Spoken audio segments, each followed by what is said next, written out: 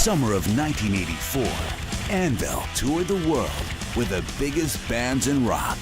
These guys are going to turn the music world upside down. All of them sold millions of records around the world. All of them, but one.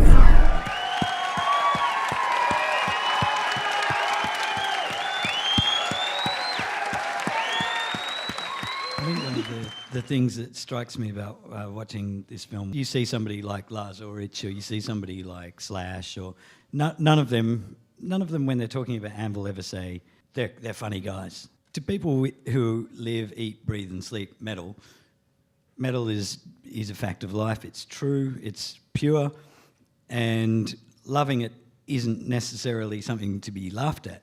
Well, the thing about metal and music in general, it's a way to express emotion.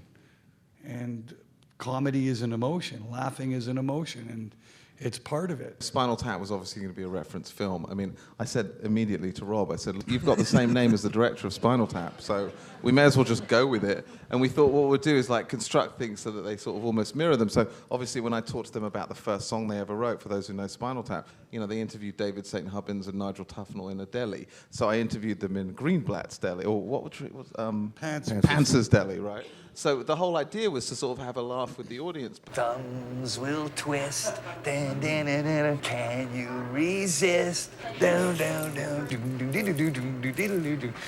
thumb hang, down, down. Fuck, well, we should be doing that again. Actually, initially, I thought that the film was principally about Lips because I was just so taken with his personality, you know, ever since I was a kid, and then I just thought that was going to be the focus of the film. And as we filmed, it became clear that this was really the story of this incredible love story between them, this unbelievable friendship, and this dedication to this pact that they'd had as 14-year-olds. So, Bob, I don't want to fight with you, man. You understand me? Look at me. I don't want to fucking fight with you, man. Okay? But you do. I know, and we always end up like that. What for?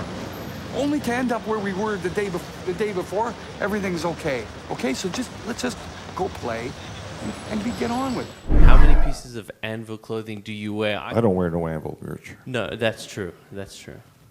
I do. It's really inexpensive.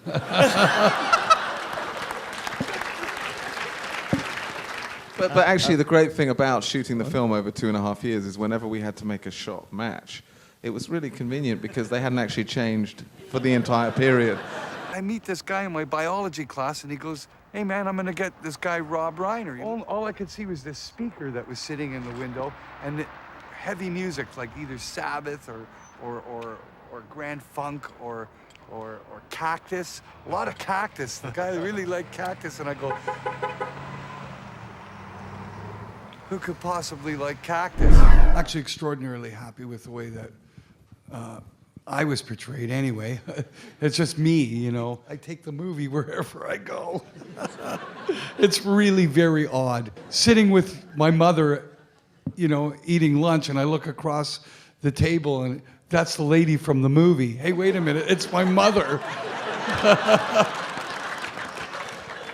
I'm standing with Rob, Slash, CT, G5, and just a number of us from the film, and I look and I'm going, all you guys were in that movie. And I realize, hey, wait a minute, I was in the movie too. The word got around through the circles that we were going to do the film. Like, there were people literally lining up to appear in the film because, oh, Anvil, man, fucking hell, yeah. Sebastian Bach like so from many different, Skid Row. But there's so many musicians, and we had we Phil just, Anselmo from But don't from name them. Pantera. Don't Why name not? them. Why? Because we didn't have them Why in the not film.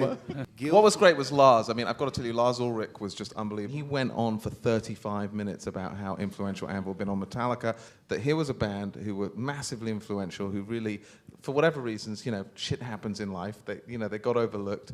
And so they all wanted to sort of karmically kind of come back and do something for the band that had been so influential. They're a great band, yeah. I always liked Anvil. I just want to ask about first Lips's bondage suit. How many did you have? No, there was two. There was actually two or three. I think One was there just for the three bedroom. bondage suits all in all. And also the dildo was quite amazing. Still got it. I don't know if you've ever heard a dildo at full power on an electric guitar. It's quite an unusual sound. When you create music, you hope it does exactly that, inspire other musicians. And I feel very fortunate that I wrote music at a certain period of time that hadn't been done before. And it left an impression and made a difference. That's why this is all what it is. It's not like it was a meaningless band. There was an incredible injustice that transpired here that has now been rectified. Yeah, and I think absolutely. that it is having an incredible effect on the public at large, because this is a representation of something that happens all the time, and actually most of the time in the music business. And here's one instant where we can right a wrong.